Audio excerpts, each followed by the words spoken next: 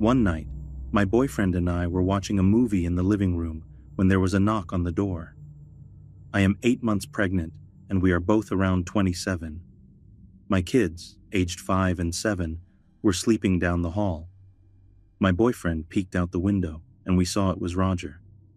We had met Roger a few months before. We helped him with some flooring in his kitchen and chatted outside a few times. He's in his 50s or 60s, very nice, and lives alone. Zero bad vibes. He mentioned he is a dealer and has pounds of weed in his car or whatever. Okay, Roger, you do you. We open the door. It's late and dark, and at this point, I'm looking at Roger like he's a nice little old man. As soon as the door is opened, he's inside. I can tell right away something isn't right with him. The house layout is the living room, with the front door leading into the kitchen, and a hallway next to the kitchen table. It's very small. Before he sits down in the chair right beside the hallway entrance, I can see a freaking huge hunting knife and a baseball bat tucked in his pants under his sweatshirt. So now, him and my boyfriend are sitting at the table, and my boyfriend has no idea. I didn't know what to do. My boyfriend sits across from him and asks him if he's okay or needs help. He starts getting very agitated, yelling that the people at my house are not happy with you, and yelling about the flooring we had helped with in the summer. I still don't know what was going on, but he seemed to think the flooring wasn't done, and if my boyfriend didn't go right now with him to fix it, the people at his house would be angry. He brought my kids up, and we got in an argument. I told him they were sleeping and he needed to leave now, and my boyfriend wasn't going anywhere. My boyfriend sees things getting intense and still doesn't know about the weapons. He jumps up and immediately tries to defuse the situation by saying he will go with him. The plan is to get Roger out the door and lock it behind him. They get to the door and open it. My boyfriend turns to me, and when he does, Roger pushes him surprisingly hard, and he stumbles into the doorway, where Roger immediately slams it, and I'm just there alone. I hear yelling as I call 911, and the dispatcher tells me to go outside. I'm like, he has a giant knife, and I'm inept on a good day. I just remember, at the time I was shocked he wanted me to wander around outside, but I can see why now. So I go out to my deck, and they are gone like it's dead quiet, and it's not even been a minute. So I just stand inside, totally horrified and useless. Time goes by, and suddenly there is crazy pounding on the door, and thankfully it's my boyfriend. I open it, and he comes flying in with his eyes bugging out, and he has a mystery axe.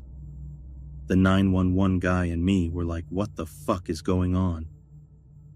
Apparently, as soon as they got to the road, Roger pulled the knife out, and the yelling was him threatening to cut your fucking head off for the people at my house. My boyfriend instantly booked it out of there and ran through yards to get back home, grabbing someone's axe on the way. RCMP came. We had a court date, but we just sat outside the courtroom until they told us it was over. Roger was there in an oversized suit. He lived in the same cul-de-sac as us, and my kids wait for the bus where he walks by. No one ever told us if he was arrested or when he was let out. We moved as soon as possible.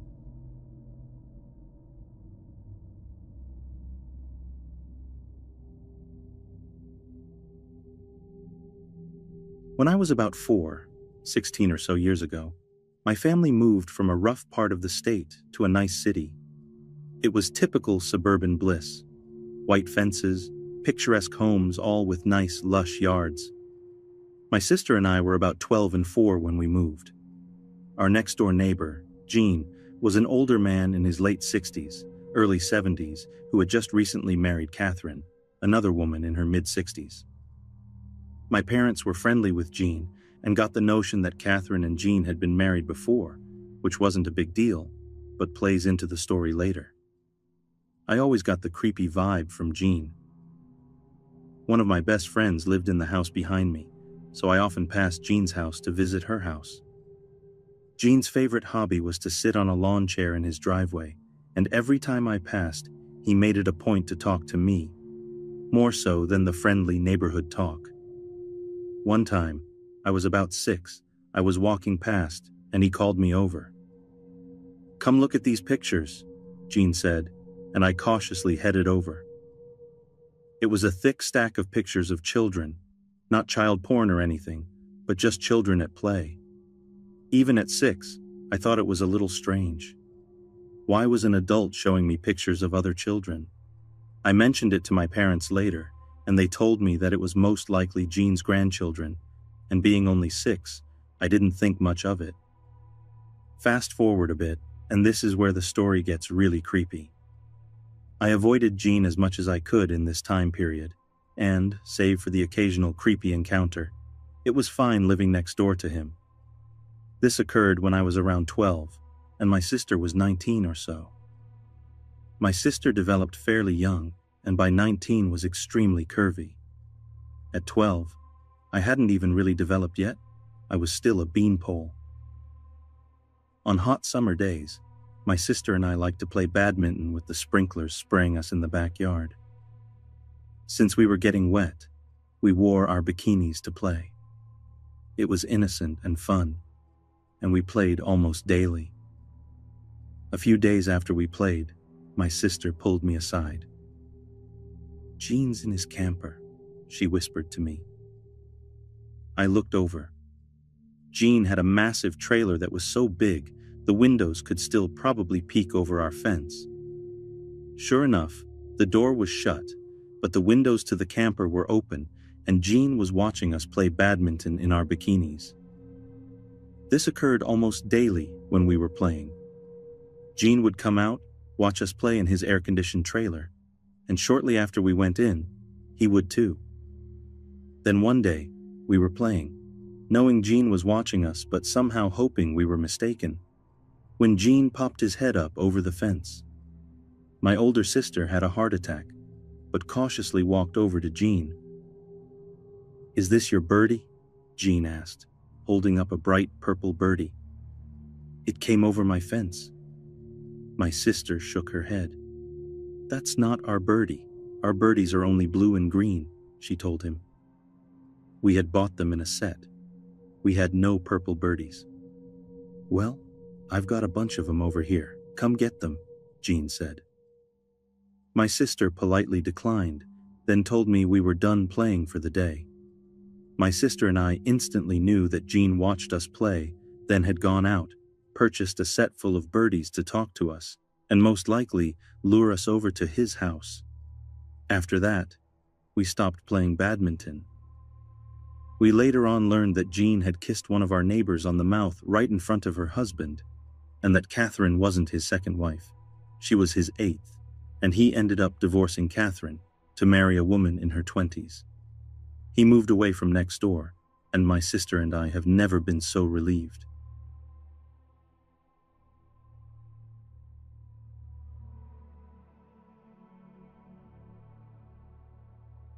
I am a 24-year-old female college student living 2 blocks from school. I've lived in the same spot for 2 years and have never had any issues. I have a small emotional support dog that lives with me too. Things just got weird this last month. A guy moved into the apartment below me. His apartment is to the right of the only stairwell leading up to my house. I always have to walk by his door to walk to class, check my mail, or get into my car. To describe him, he honestly reminds me a lot of Norman Bates. Quiet, strange, small build, pale skin, and bright blue eyes. Something about him just seems off. I first met him when I was trying to leave my apartment. I was about to back up when some jerk pulled his car, blocking me from exiting. I was getting out of my car to ask him to pull forward when my new neighbor was also getting into his car. Instead of letting me speak to the guy, he told him to move, and I politely said thank you and left. The next day, he was waiting outside by his bike to go to class. He instead follows me up the hill to make small talk. He asks me a lot of questions, which made me feel a little interrogated. Some of the questions were like, "Where are you from? How old are you? Are you single? How long have you been here?" 2 days later, on a Saturday, he knocks on my door forcefully at 8 a.m. I jump up out of my sleep and look through the peephole to see him standing there rocking back and forth. Mind you, I've only seen him twice, and we've never had a real conversation other than him trying to pry into my life like he knows me. He knocks on my door 3 more times and finally slips something underneath it and leaves. I wait about 10 minutes and open the door to find a note. It said, "Hello there, neighbor. I just have a few questions about your dog. How do you get away with having her? I want to get one, but don't know how. I'd love to hear more. Cheers and kindest regards, Jimmy. P.S. Here's my number. Please text me." I decided not to text him because I don't like telling every person about why I have my dog. It's no one's business but mine and my realtor's. I also was uncomfortable with the fact he came to my door with no knowledge I lived in that specific unit. That's when things started to happen. He waits till I leave for school and rides his bike behind me. 2 weeks ago, I had to make several trips to my car because I bought groceries, and he stood by his window and watched me the entire time. Every time I go outside now, he watches me with the blinds open. He knows I've noticed him too, but he doesn't seem to care. He just stares with a blank, lustful, or sinister look in his eyes. Yesterday, I took my dog outside, and he came outside of his house and stood at the back of the building to watch us play in the grass. He just stared at me. When I wanted to come back inside, he just watched me walk upstairs and pass him while he just had a cold look on his face. I've never been a woman who scares easily. I can take care of my own, but he is making me feel very, very uneasy.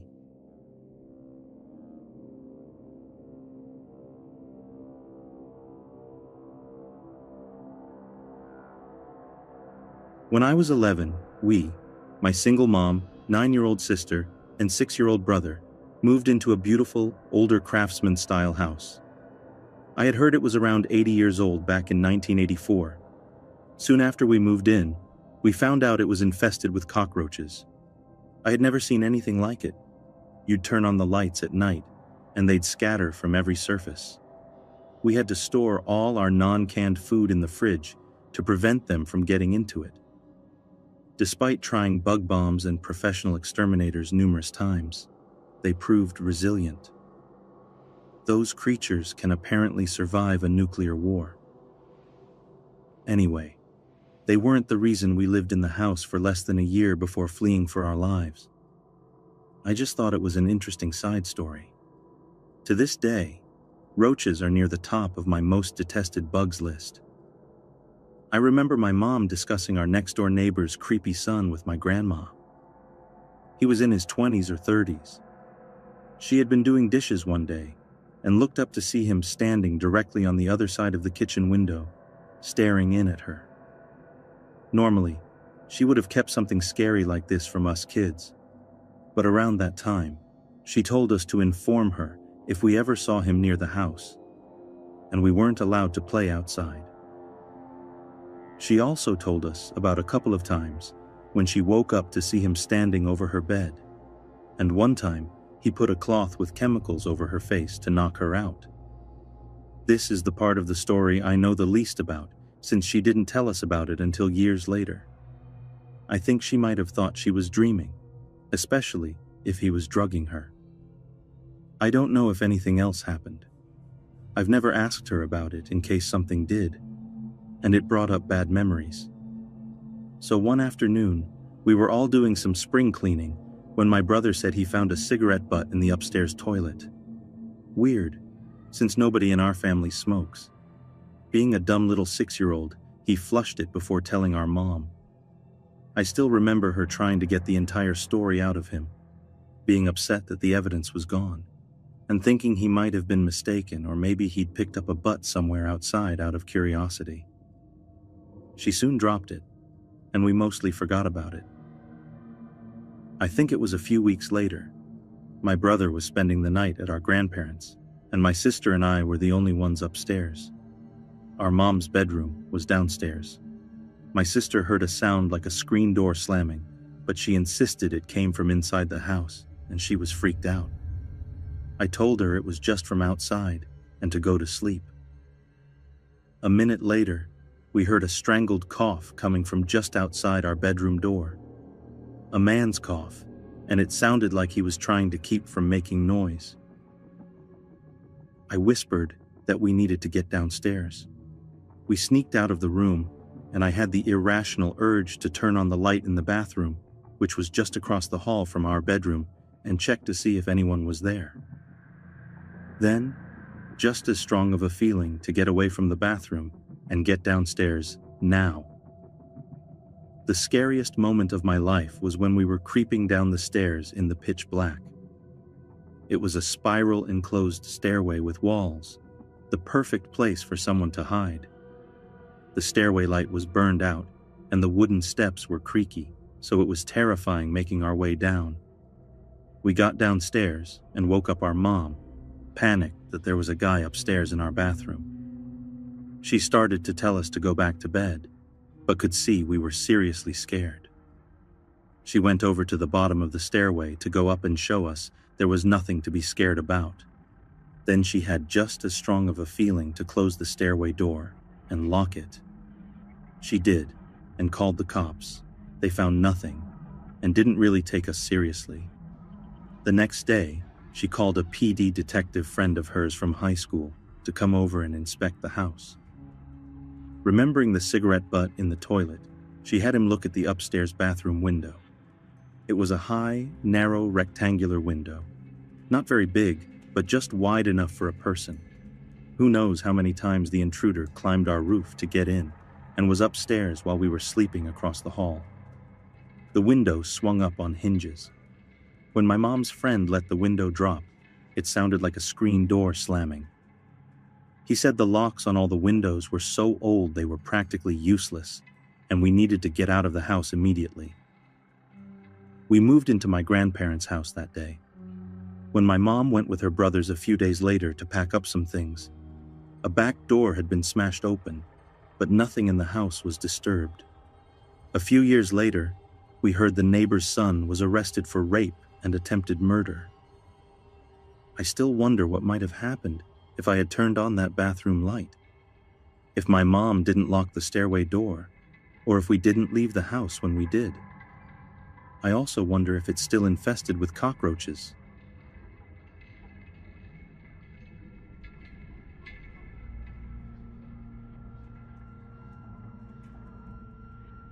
When I was 16 and a junior in high school, my family and I moved into an enormous duplex.